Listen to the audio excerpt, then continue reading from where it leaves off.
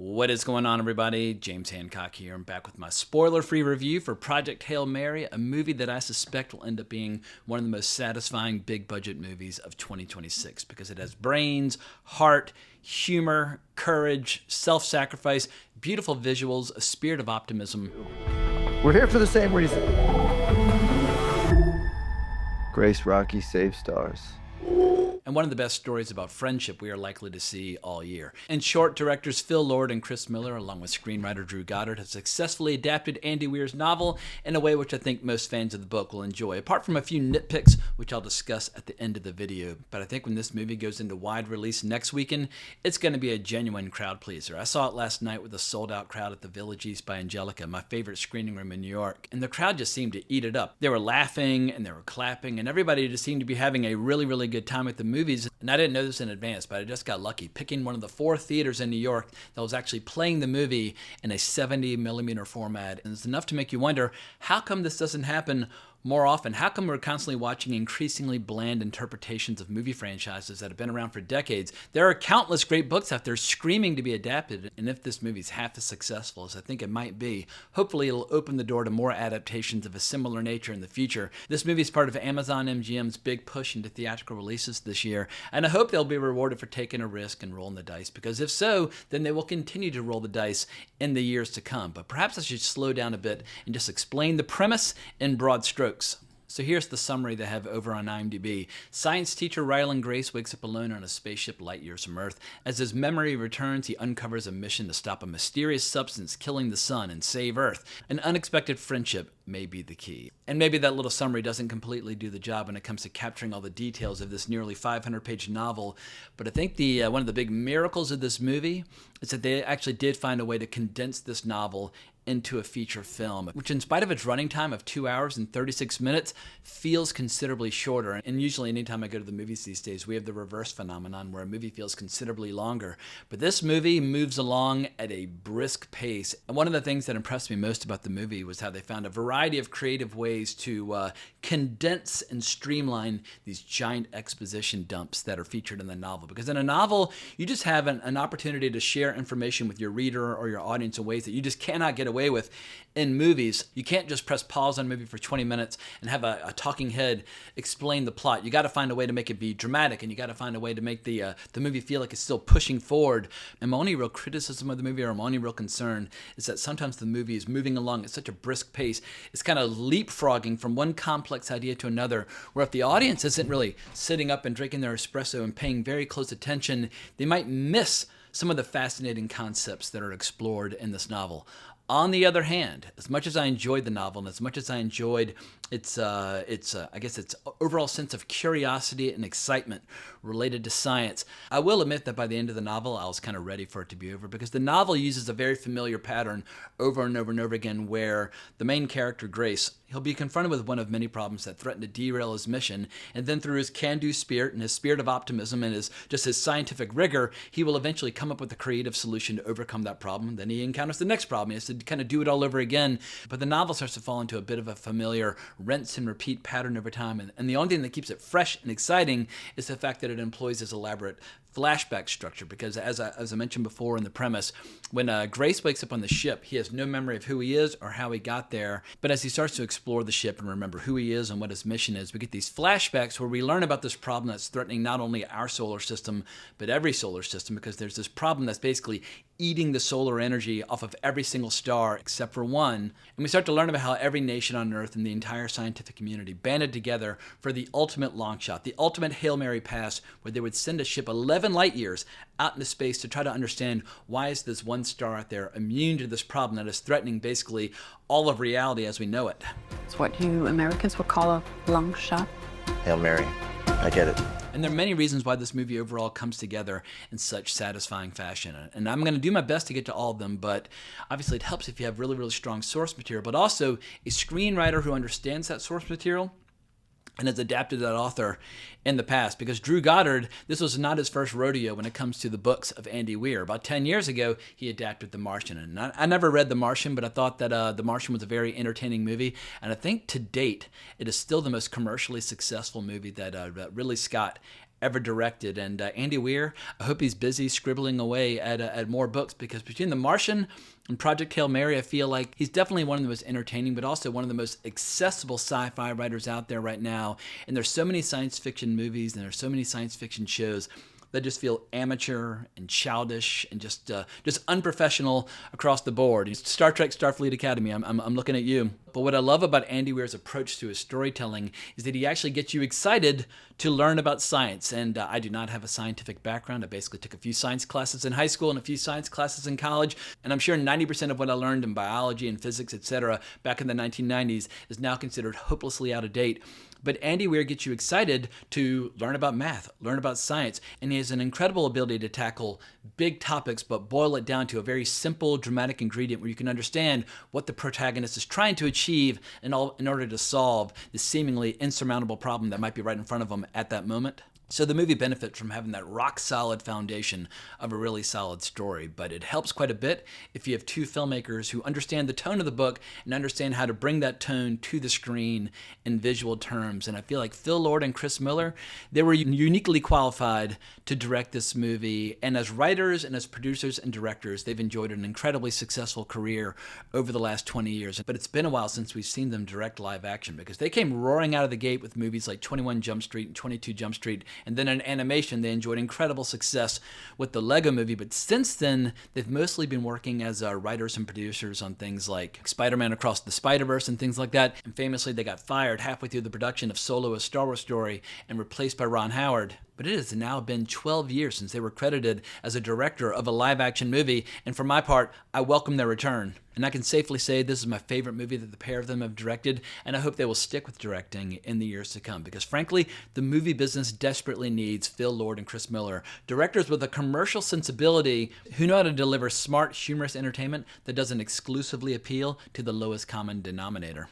And one of the secret weapons in their toolkit is that they cast the movie really well. I feel like if a director casts the right people in the right roles, like 90% of the heavy lifting is already over. And Ryan Gosling, we all know what he's capable of. I prefer him when he's in kind of down and dirty, mean and nasty movies like Drive back in 2011. But obviously he's got a different side that was exemplified in a movie like Barbie, where if you just need a good-looking, lovable guy with a good sense of humor, Ryan Gosling's got you covered. But Sandra Hüller, if that's how you say her name, she's fantastic in this. And I first saw her in Tony Erdmann about 10 years ago. And what was great about this movie, if you know that film Tony Erdmann, where she really kind of became known to the international film community, I don't want to give away a spoiler, but there's a scene in that movie where, let's just say, she puts it all out there. She puts her heart fully on display. And there's a similar scene in this movie where you can tell they're kind of tipping their hat to that earlier film. So once again, no spoilers, but if you love the film Tony Erdmann, you'll understand why she is uniquely equipped to play the character of Ava Strott so goddamn well. And she was also really fucking good in Anatomy of a Fall, which came out a few years ago. But I gotta be careful with this next bit of praise, because it does take me close to spoiler terrain. But both in the book as well as in the movie, there's a key plot detail involving her character, which I think ultimately gives this movie a bit of an edge, because in the absence of this crucial plot detail, both in the book as well as in the movie, the story would run the risk of just getting a little bit too sugary sweet, a little bit too saccharine, a little sentimental, and I despise cheap sentiment, to borrow a line from All About Eve, delivered by the great Betty Davis. But this movie very, very nearly descends into that terrain until you get this plot revelation where you're like, oh my God, this movie's got gravity, it's got stakes, and it reminds you that all these scientists in this movie, they're playing for keeps. Like, this is not just a harmless little scientific experiment. There is a life form out there called astrophage that is quite literally feeding off of and living off the energy of the sun and slowly but surely reducing the heat that is arriving on planet Earth.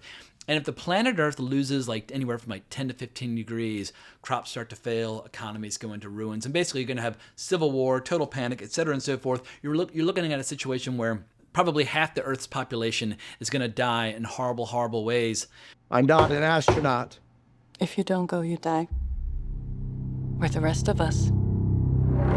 and those that survive will be living in a dystopian hellscape from that point on. So the stakes could not be higher. But Earth isn't the only planet out there with life forms that might suffer from this horrible fate and this horrible calamity, which leads us to the character of Rocky, the buddy in this incredible story about friendship, voiced by the great James Ortiz. Where I say the great, I think he will eventually come to be regarded as great, because I suspect he'll be getting a lot more work moving ahead, because he had the biggest challenge of all. How do you imbue what basically is like a rock spider with like the personality and the charm and the wit and the humor and the kind of the engineering brain? How do you bring this character to life in a way where this friendship feels real, where you stop looking upon it as a digital creation on screen and start thinking about it as like a living, breathing creature who's having this incredible bonding experience with a human being as they pool their knowledge and pool their resources in order to basically try to save the universe. And one of the most charming parts of this movie is trying to figure out, or watching these two characters figure out, how are they even going to communicate? Because Rocky quite literally is like I said, like a rock spider who lives in this ammonia-filled environment of incredibly high temperatures where they don't even speak. They basically communicate through like musical notes, because it's a race of creatures that relies upon echolocation and sound and music and that sort of thing. And so they basically just fall back on the fact that mathematics and science are the universal language. And so Ryland Grace and Rocky just start basically trying to figure out what are the scientific principles that they share, what knowledge should they share, what are the linguistic equivalents to these topics that they're both familiar with, and they go from there and they develop a way to communicate. And once they can communicate, well then once again, it's the ultimate team up, because both of them have stars that are dying. They need to save their planets, save the universe, and along the way, they just become the best buds. And people are going to be crying and weeping and laughing. And it's having so much fun watching this bonding session between these two characters. And buddy movies, people have been making buddy movies as far back as you can remember, whether it's Butch Cassidy and the Sundance Kid or The Killer or whatever the case might be, people love buddy movies. And it wouldn't surprise me at all if this summer at San Diego Comic-Con or this fall at Halloween, if you see people finding clever, imaginative ways to cosplay as Grace and Rocky, because they are the new dynamic duo of the 2020s. And what makes this particular buddy story so effective is that it's not just a bunch of wisecracking between two knuckleheads out in space. There's a sense of, self-sacrifice, where they are willing to make sacrifices on behalf of the other person, whether that's saving them from a particular crisis or and once again, I'm being careful about spoilers, but basically being willing to give something up that's incredibly important to them for the sake of the other person or the civilization that they come from. And that's what makes this movie so moving. I think a lot of people are going to be surprised by just how moving the movie is, because it's thrilling and it's exciting and it's a tale of high adventure out in space with all this kind of high stakes problem solving. But in the end, that would just be a movie for nerds if it didn't have some genuine, heartfelt emotion. And I think people need to brace themselves, because this movie it brings the heat when it comes to genuine, heartfelt emotion. But I mentioned earlier how this movie has a lot of secret weapons in its toolkit, and we cannot overlook the fact that the visuals play a huge role in this movie. And the visuals were created by DP Greg Frazier, as well as the special effects company Framestore. And coincidentally, Framestore also provided a lot of the visuals for The Martian. But right now in 2026, there's this horrible, loathsome trend, both in film and in television, where we get a lot of dim, murky shows and movies. And my understanding is that a lot of these shows are dim and murky because they're trying to disguise the fact that their visual effects are subpar. And if you make the whole thing murky, well, then nobody can really pick out the fact that your special effects are subpar and inadequate and that sort of thing. This movie leans into color and brightness and style and pleasing visuals. And it's such an obvious thing when it comes to filmmaking, because once upon a time, people like John Alton would write books called Painting with Light. Filmmaking was quite literally regarded as painting with light, where you're using photography and lighting in order to create, a pleasing visual experience for the viewer. And yet there's so many shows and movies these days that completely neglect that primary function of visual entertainment. The visuals in this movie are chocolate for the eyes, absolutely stunning. And on Earth, as they're doing all the problem solving and developing the project, then it's a little bit more gritty and grainy. And also, I saw the movie projected in film last night, so it definitely had a little bit of a pleasing grain to it to begin with. But out in space, holy moly, the visuals are really spectacular. The design of the ships and the planets that they visit, trying to understand why this star is unique and why it's not suffering from this problem with the astrophage. But I hope this movie will be the beginning of a new trend where filmmakers remember audiences like color, audiences like light, audiences like to be in awe of your stunning visuals, and Project Hail Mary totally delivers on that front.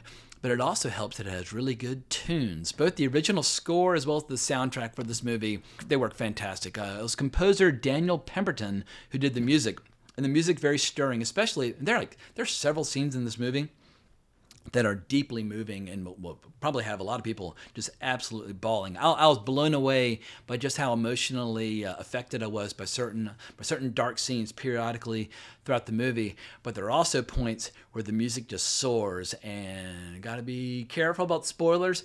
Let's just say if you like late period Beatles music, and you're familiar with the novel and how the Beatles are a part of the story, not the actual band, but in terms of like the little devices called the Beatles, the movie does a brilliant thing where the topic of the song perfectly dovetails beautifully with the themes of the movie. Where I was like, I mean, it helps that I'm obsessed with the Beatles and it's one of my favorite Beatles tune.